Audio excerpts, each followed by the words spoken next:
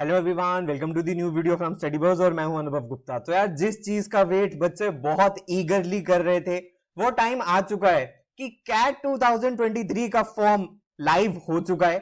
आज की वीडियो के अंदर हम स्टेप बाय स्टेप प्रोसेस जानने वाले हैं कि कैसे कैट के फॉर्म को भरना है।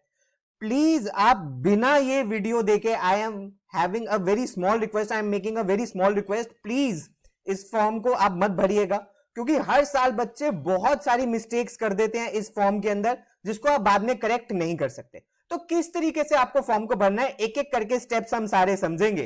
तो चलिए शुरू करते हैं। तो फ्रेंड्स, इससे पहले हम फॉर्म भरना स्टार्ट करें, कुछ कुछ चीजें आपको चाहिए होंगी। आपको आपकी रीसेंट स्कैन्ड फोटोग्राफ चाहिए होगी, और फोटोग्राफ के रिलेटेड कुछ और इंपॉर्टेंट गाइडलाइंस है, वो मैं अभी नेक्स्ट स्लाइड में डिस्कस करूंगा। स्कैन्ड सिग्नेचर चाहिए होगा, कैसा चाहिए होगा अभी मैं जस्ट आपको बताऊंगा। मार्कशीट्स चाहिए होंगी 10th की, 12th की, ग्रेजुएशन की इफ कंप्लीटेड, लेकिन इसको स्कैन फॉर्मेट में नहीं चाहिए, सिर्फ मार्क्स डालने के लिए चाहिए होगा। कैटेगरी सर्टिफिकेट आपको चाहिए होगा स्कैन्ड इफ अवेलेबल या इफ एप्लीकेबल। इन केस नहीं अवेलेबल तो अंडरटेकिंग भी आती है वेबसाइट के ऊपर, कैसे आएगी उसके ऊपर भी हम एक डेडिकेटेड वीडियो बनाएंगे। फिर debit card, credit card, net banking आपको चाहिए होगी फी पेमेंट के लिए।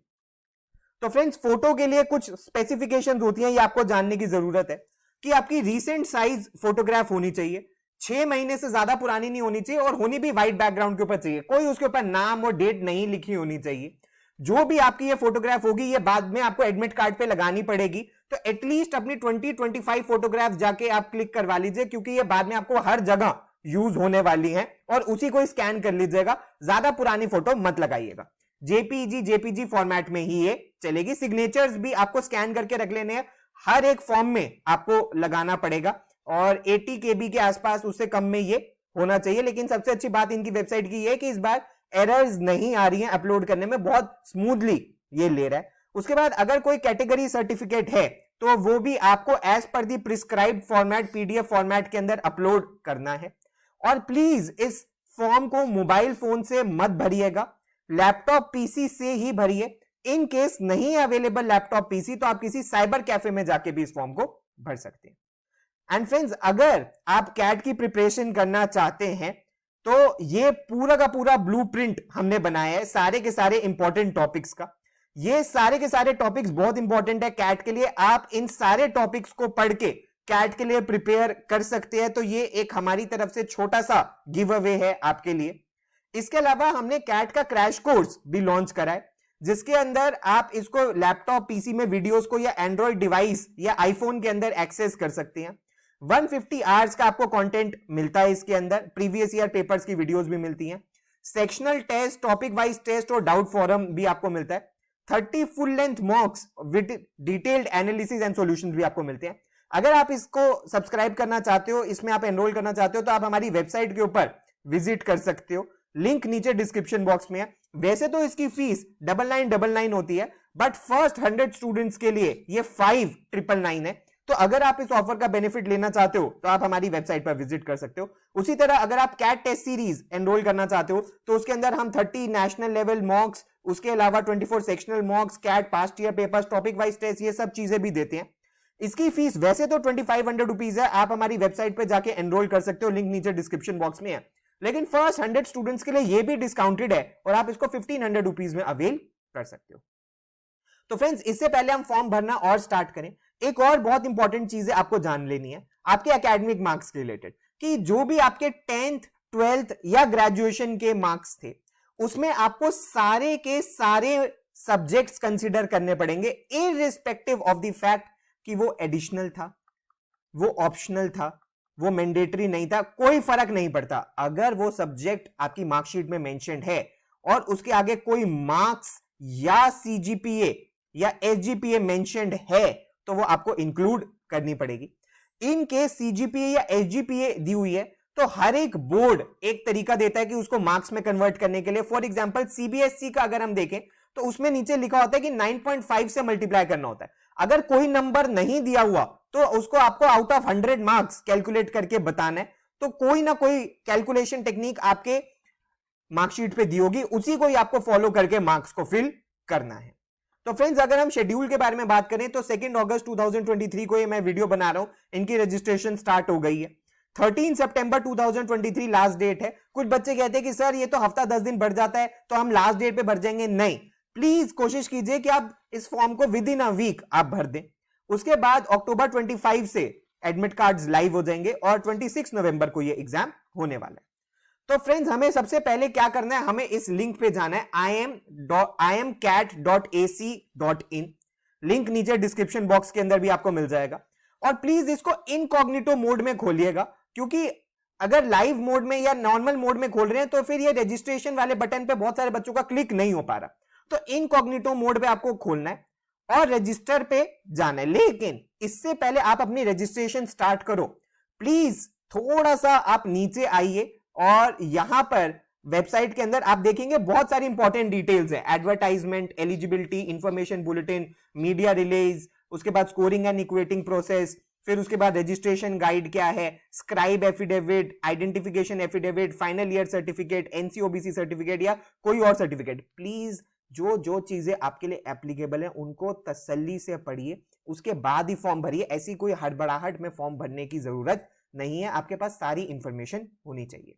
तो फ्रेंड्स, जब हम यहां रजिस्टर पर क्लिक करेंगे तो हमारे सामने एक ऐसी टैब खुलेगी। यहां पे लिखा है काइंडली यूज मोजिला का इससे ऊपर का वर्जन, गूगल क्रोम का इससे ऊपर का वर्जन, माइक्रोसॉफ्ट एज का इससे ऊपर का वर्जन, और एंड्रॉइड से भी आप भर सकते हो, iOS से भी भर सकते हो, बट आई वुड रिक्वेस्ट आप इसको पीसी से ही भरो। फिर आप इसको यहाँ पे क्लोज कर दोगे। उसके बाद ये आपसे कुछ आपकी एग्रीमेंट मांगेगा कि ये इनको इंपॉर्टेंट आपकी इंफॉर्मेशन चाहिए, तो आपको यहाँ पे आई एग्री करना पड़ेगा। डिसएग्री करने का कोई ऑप्शन नहीं है। अब यहाँ से रजिस्ट्रेशन स्टार्ट होती है। यहाँ पे आपको सारी अपनी बेसिक डिटेल्स डालनी है। आपका फुल नेम जो कि आपकी 10th क्लास की मार्कशीट में आ रहा है वैसा ही डालना है, आपकी डेट ऑफ बर्थ, आपका ईमेल एड्रेस उसको दोबारा कंफर्म करना है, फिर आप कंट्री डालेंगे, मोबाइल नंबर डालेंगे और उसको भी दोबारा कंफर्म करना है। तो ये ओटीपी जनरेट करेगा और ओटीपीज आपको वैलिडेट करने हैं, दोनों, मोबाइल वाला भी और ईमेल वाला भी, तभी आप आगे बढ़ सकते हो। ये कैप्चा आपको डालनी है। उसके बाद ये यहाँ से सारी चीजें आपके दिखाने लगेगा जो जो आपने डाली है। नेम ऑफ द कैंडिडेट यहाँ लिखा आएगा, डेट ऑफ बर्थ लिखी आएगी, ईमेल एड्रेस लिखी आएगी, कंट्री लिखी आएगी, मोबाइल नंबर लिखा आएगा, और आपको टिक करना है कि हाँ सही है। ये आपसे फिर कंफर्म करवा रहे हैं जो आपने डाला है सही है ना। तो कोई जल्दीबाजी में कोई भी छोटी भी स्पेलिंग मिस्टेक नहीं होनी चाहिए। आप रीवेरीफाई कर रहे हैं, इसका मतलब यह है कि आपने ध्यान से पढ़ लिया। तो प्लीज ध्यान से पढ़ के ही रीवेरीफाई कीजिएगा, अदरवाइज मत कीजिएगा। उसके बाद यहाँ पे आपको एक मैसेज आएगा कि यूजर आईडी एंड पासवर्ड आपके रजिस्टर्ड ईमेल एड्रेस और मोबाइल नंबर पर भेज दिया गया है।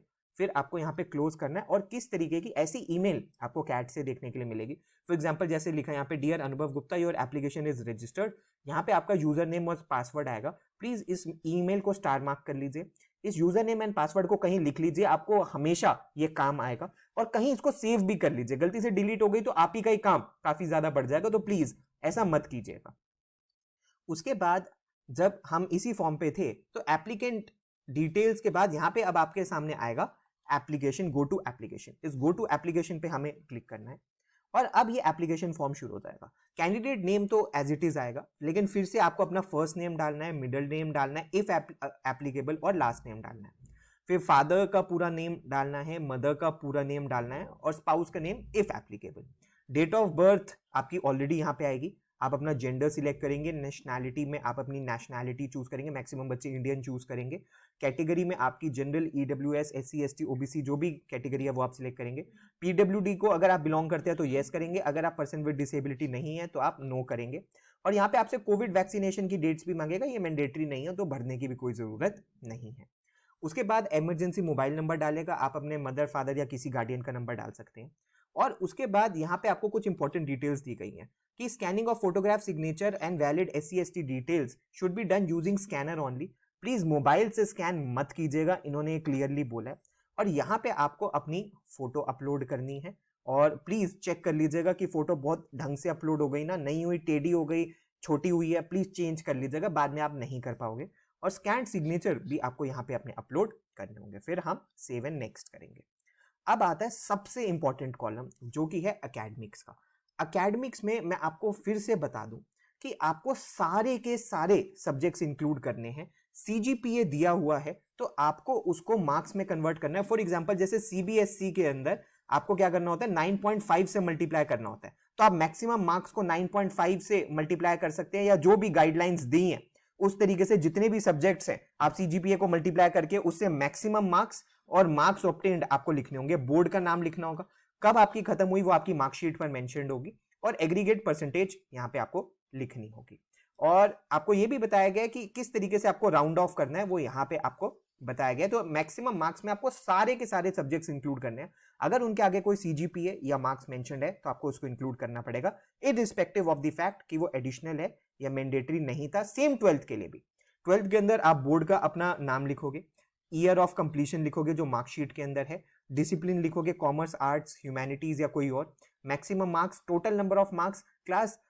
फिर से मैं बता रहा हूं, चाहे आपकी मार्कशीट में फिजिकल एजुकेशन दिया हुआ है एक्स्ट्रा, या कमर्शियल आर्ट्स दिया हुआ है, या कोई भी ऐसा सब्जेक्ट जिसके लिए जो आपकी मार्कशीट में मेंशन्ड है, जिसके आगे चाहे आपके कम मार्क्स ही क्यों ना हो, उसको भी आपको इंक्लूड करना पड़ेगा। ऐसा नहीं है कि आप बेस्ट 4 बेस्ट 5 कर सकते हैं, नहीं, जितने भी सब्जेक्ट्स हैं 6 7 8 जितने भी सब्जेक्ट्स हैं और उनके आगे अगर मार्क्स मेंशन्ड है तो आपको इंक्लूड करना पड़ेगा और एग्रीगेट परसेंटेज यहां लिखनी पड़ेगी।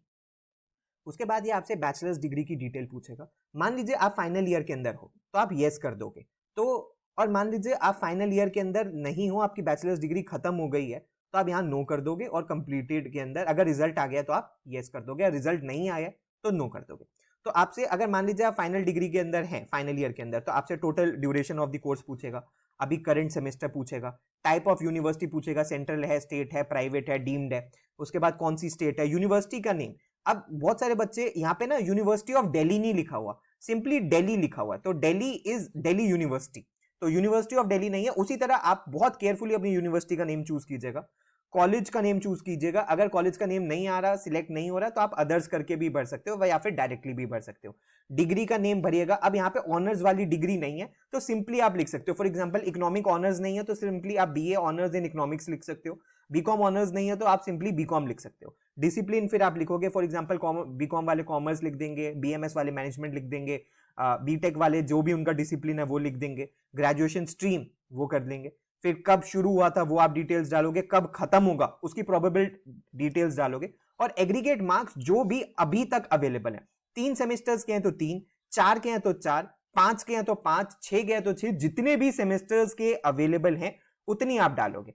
इन केस अगर आपकी बैचलर्स डिग्री खत्म हो गई है, फिर आपसे करंट सेमेस्टर और प्रोबेबल ईयर ऑफ कंप्लीशन नहीं पूछेगा, सिंपली पूछेगा कब खत्म हुई है, और उसमें आपको एग्रीगेट मार्क्स में सारे के सारे सब्जेक्ट्स के मार्क्स डाल देने। प्लीज यहाँ पे कोई भी मिस्टेक नहीं होनी चाहिए।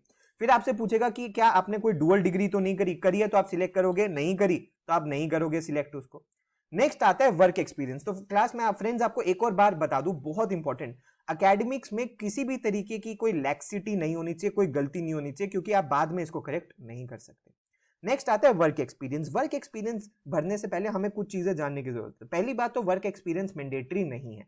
इन केस अगर आपका वर्क एक्सपीरियंस नहीं है तो आपके लिए कोई मैंडेटरी नहीं है भरना, लेकिन अगर आपका वर्क एक्सपीरियंस है तो आपको 31 जुलाई 2023 तक जितना भी वर्क एक्स आपका बनता है वो आपको डालना है।